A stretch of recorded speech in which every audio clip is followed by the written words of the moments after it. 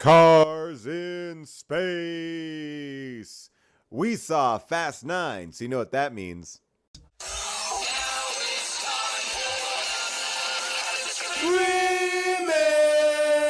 How did Schwarzenegger grow a baby in his belly? Rock a rhinestone vest while ripping Justin to Kelly. Or maybe see a burlesque show with Nick Crow and take a boat with speed to hitting cruise control. J-Man, Big Paul in the beautiful June. Gonna take you from the goob all the way to the room. Ran the games of Street Fighter, helped to blow off steam. Just a sucker punch the odd life of Timothy Green. Sharknado, the birdemic, how we staying alive. They call it in the badass and he's on the line. Cranking 88 minutes cause they cool as ice. Cause a bad Jim Varney looking kinda nice. Paul and June getting literal, Jason is getting laid.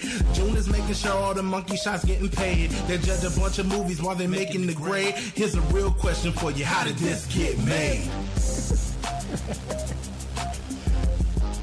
That's a good look, Haru. What's that smell? Hello, people of Earth, and welcome to How Did This Get Made's Matinee Monday. I'm your host, Tall John Scheer, a.k.a.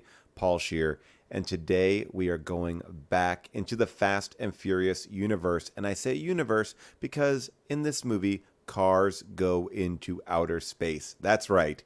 We called it podcasts ago, but it actually happens here. And boy, oh boy, this is a triumphant episode because this is the first time that June, Jason, and I went back into the theater. We brought along Adam Scott to talk about Fast 9 and realized that, you know what?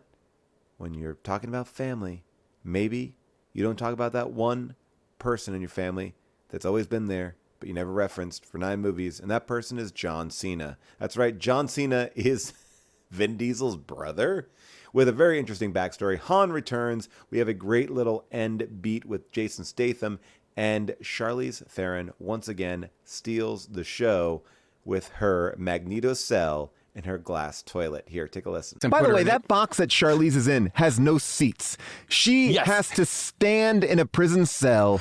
Like the only thing in that box besides the lasers going around her box is a drawer that they can pass her documents in. But there's no place to sit. There's no bed, and I just really started to feel for her. I was like, how embarrassing to be on display in front of all these military jerks, and then you can't even sit down. You just got to lean the entire time. Well, I mean, at first, right, because you don't want to sit on the floor. She looked great in the box. But the thing is, like, so when I first saw her in that box, I was like, oh, it's not a cell. It's a protective layer. Like, I thought she was in like a Pope Mobile type thing. And I was like a bulletproof cool. kind of. Yes, yeah. She's in a bulletproof, like they have to protect her.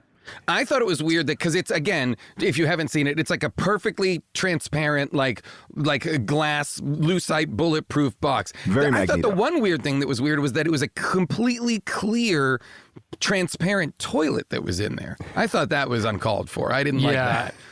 I just thought that was long weird. Scene where we're with her the entire time she goes to the bathroom. Yeah, and she's like, can I get a magazine? Can I get something? Yeah. And you just see everything travel through the pipes. Are transparent. By the way, and it was really wonderfully designed. And again, this is technology we shouldn't be using on just, villain super jails. But they really did a great job on that. Listen, transparent toilets are where it's at. That's Wonder Woman has her invisible jet. It's got to have an invisible toilet. If you've ever had a Clonic, it's the same idea. Like, you kind of get to see what goes by. You see everything. You see everything. And everyone else gets to see it too, which is the cool part, because all the plumbing is translucent. Yeah, and that's really for John Cena's team. They get to make sure that nothing that's coming out is like a message, or like that a she hasn't zip drive, digested and is shitting out some sort of message in a capsule. That's right. Or anything. Honestly, we should be doing this for Guantanamo? Yes, the most violent. All bad guys offenders. need to be shitting in transparent we toilets. need to see their shit.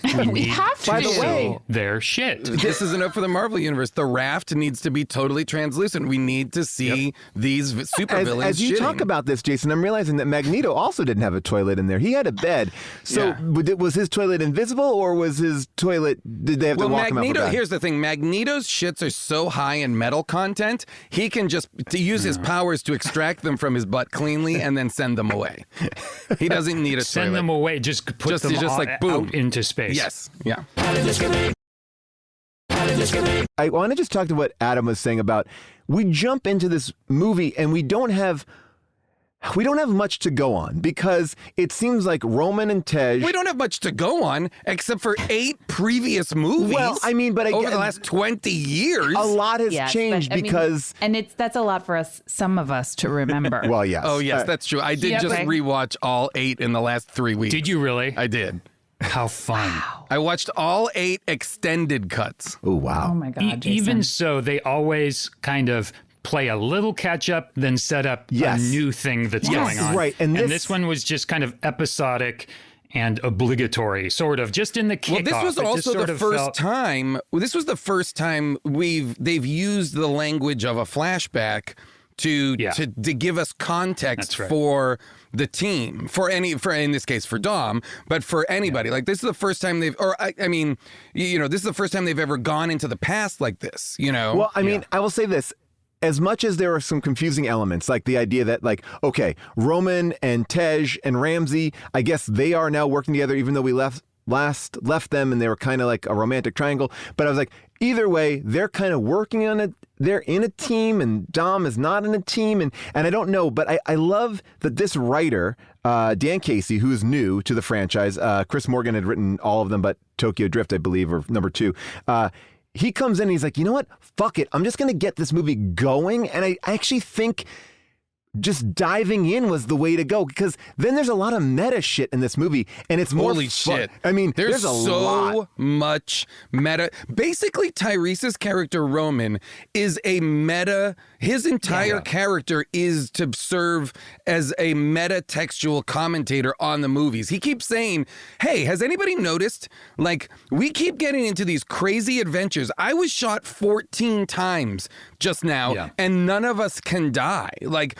does this seem weird to anybody? Like, they're leaning into the criticisms that the movie gets, that the movie has turned a story about street racers who used to steal TV, DVD combination players into, like, people who, like, are the Avengers, essentially, and are, like, using cars in ways that are superhero level, like, they're God level people. They cannot die or be hurt at all.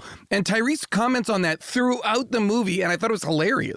Well, they had to, because of where they end up going, where Tyrese and Ludacris up fucking going at the end of the movie, which I could not. And we called that. We called that years ago. We did. Yes. And I think we did. You very well may have. I don't know if anyone wants to check the tapes. Check the tapes, but I think we can all confidently say June called it.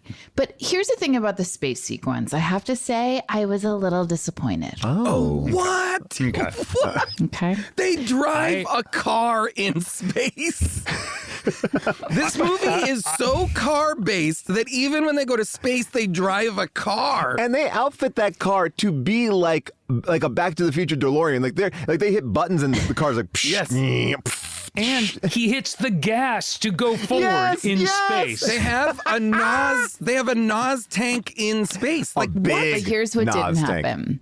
They didn't have a race in space. Oh, I see. Yes, that's okay. true. And that's The what space I was race. You wanted it to be the space I wanted race. a space race. Okay, and I I get that. wanted a sense of, like, action up there, and out there. It wasn't enough that they drove through a satellite and then, without knowing how or where, drove to the International Space Station. And Again, drove a Not car for me, there. but again, I am, as the author of the original source material, like, I have, of course I'm going to be disappointed when I see it realized on screen. So it wasn't, for me, it wasn't exactly what I thought it was going to be. Amazing. You wanted, like, a woman in a space bikini floating out in space going like that.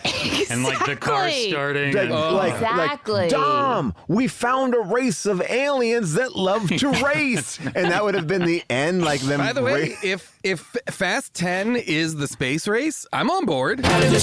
Oh my gosh, I am getting so pumped for Fast 10. I cannot wait to see what is going to possibly happen to tie up all these loose ends. Papa Corona for me, I am ready, and we'll be back here next week for another Matinee Monday. Until then, subscribe, like, do all the things that you do. We'll see you next time on Matinee Monday.